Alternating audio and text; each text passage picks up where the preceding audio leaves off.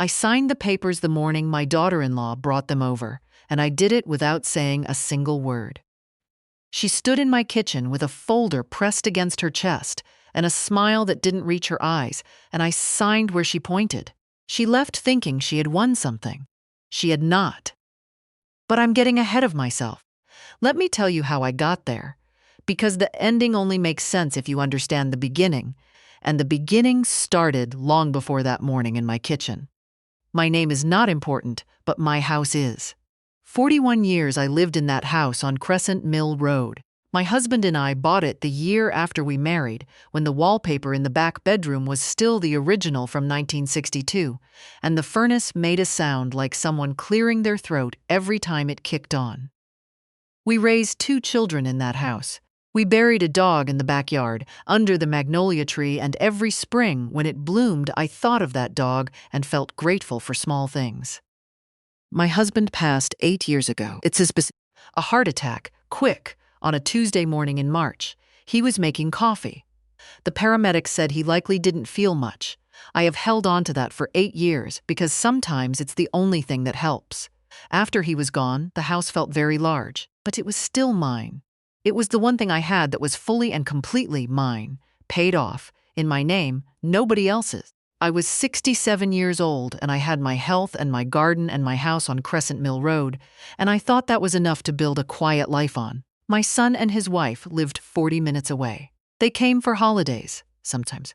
My son, I'll call him my son because that is what he is, even now, is not a bad man, exactly. He's weak in the way that some men are weak, which is to say he lets other people make his decisions and then believes, genuinely believes, that the decisions were his own.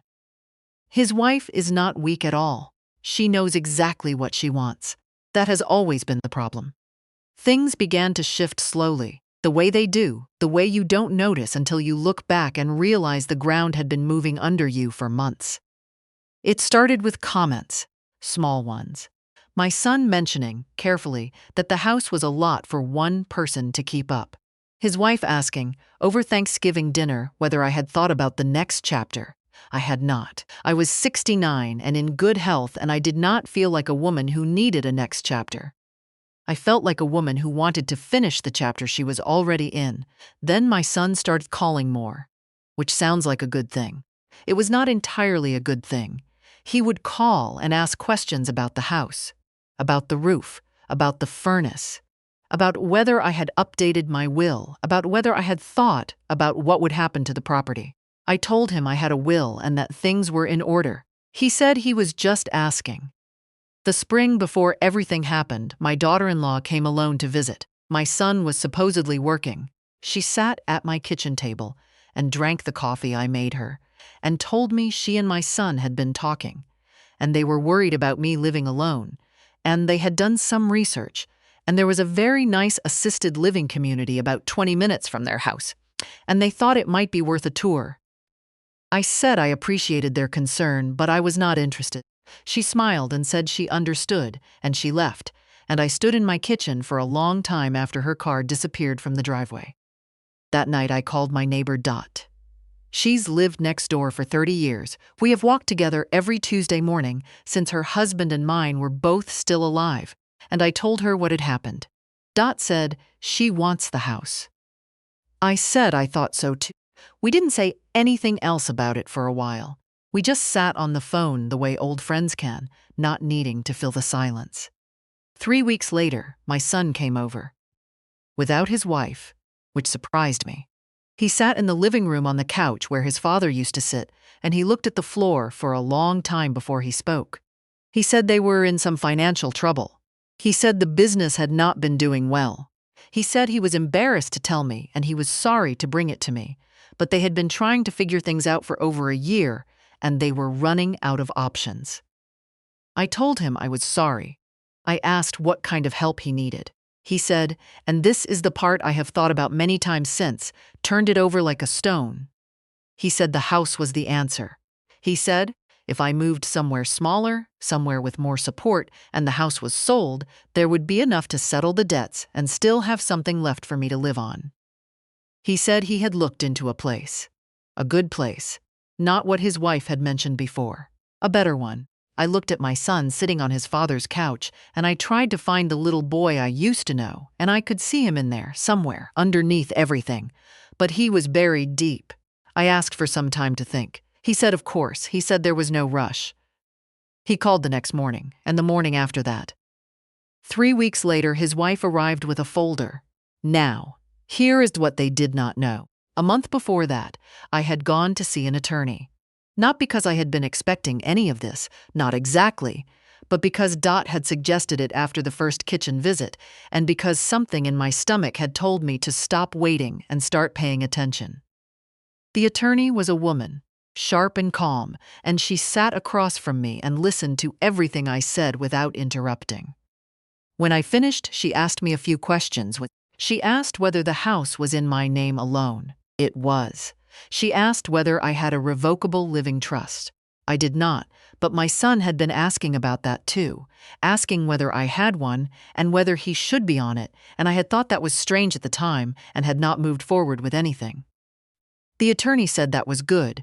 She explained what a revocable living trust was. She explained how assets inside one passed outside of probate, how I could name a successor trustee, how I could change it at any time as long as I was of sound mind and my own person, which I was. She said my son had no claim on the house as things stood. His talk about arrangements and selling and assisted living had no legal weight whatsoever, unless I signed something giving him that weight. And then she said something that stayed with me. She said simply refusing was certainly my right, but it was not my only option.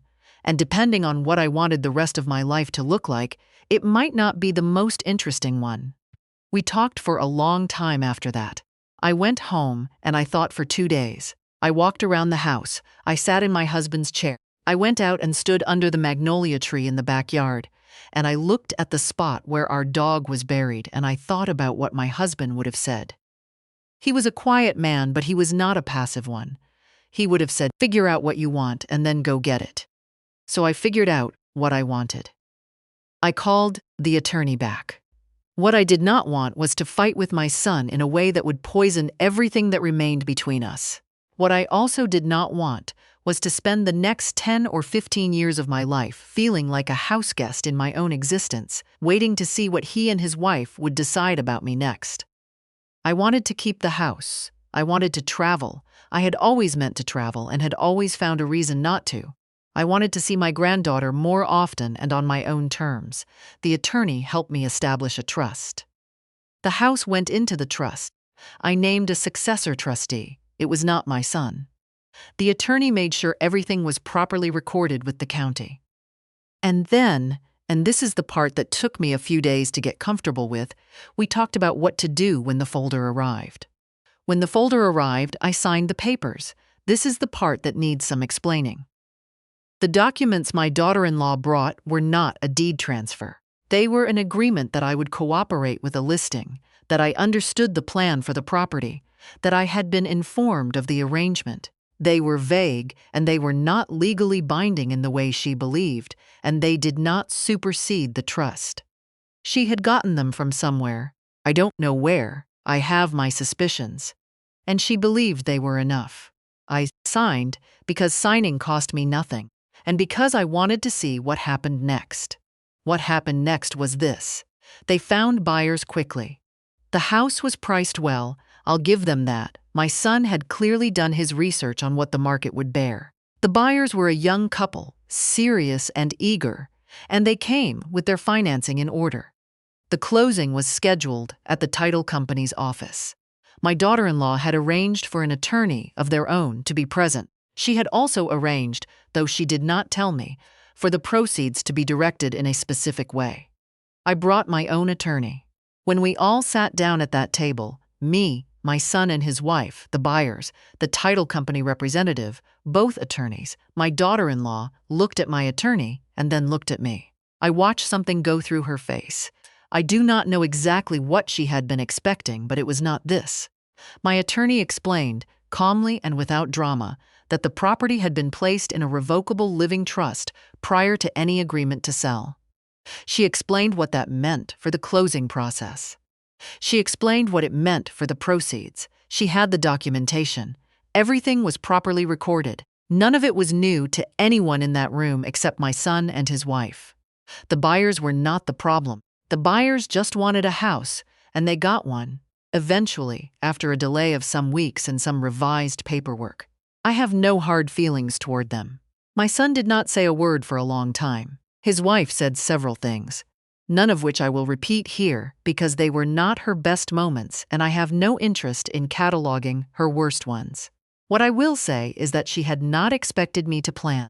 She had expected me to be the version of me she had decided I was: elderly, passive, a little overwhelmed, grateful for guidance. That version of me would have taken whatever was offered and been thankful. I am not that version. When things quieted down, when the paperwork was eventually sorted and the house was sold and the trust was settled and everything was distributed as I had arranged, my son asked to come over. He came alone again. We sat in the living room, though by then I had already arranged to move, not because I had to, but because I had decided to, and that is a very different thing. I was moving into a smaller house, a house I had chosen, in a town I had always liked, about 2 hours from where I had spent the last 4 decades. My son sat across from me, and he said he was sorry. He said it more than once. He said his wife had pushed harder on things than he had realized. He said he was ashamed. I told him I believed him. I told him I also knew that sorry doesn't undo decisions, only actions do, and I would watch for those actions. He cried a little. My son, who is 53 years old and built like his father and has his father's hands, sat in the living room and cried.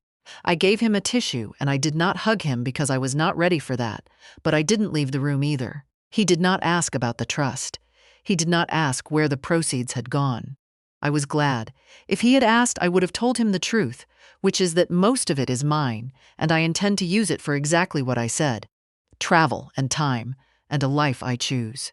A small portion is set aside in a separate account for my granddaughter's education. She is 11, and she doesn't know yet, and I don't need her to. I'll tell her when the time is right. I moved in October. The new house is smaller, which I expected, but it has good light, which I did not know to hope for, and now cannot imagine living without. There's a window above the kitchen sink that catches the morning sun, and I stand at it every day while I make coffee, and I think about what I want to do with the day. It's a simple thing. It is not a small thing.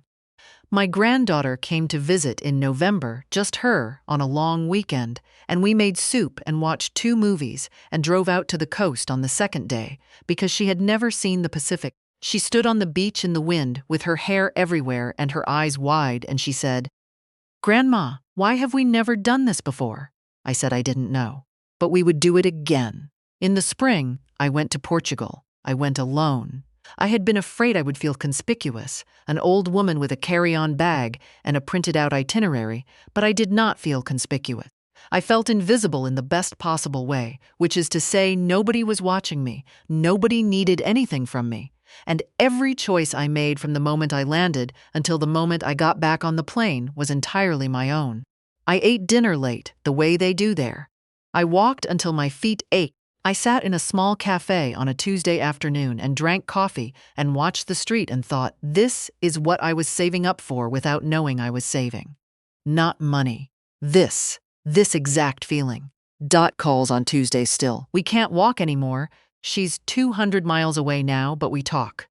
Last week she asked how the house was, and I told her about the kitchen window and the morning light, and she said it sounded just right. I told her it was. I told her it was exactly right. My son calls sometimes. His wife does not, which is fine, which is perhaps the way things need to be for a while. I do not know what the future holds for that relationship, and I have decided to stop trying to predict it. I keep the door open. I do not stand in the doorway. The magnolia tree is still in the backyard of the old house on Crescent Mill Road. I drove past it once, a few months after the sale, just to look. The new owners had painted the shutters green, which surprised me and then, after a moment, pleased me. The house looked alive. That's the thing about houses.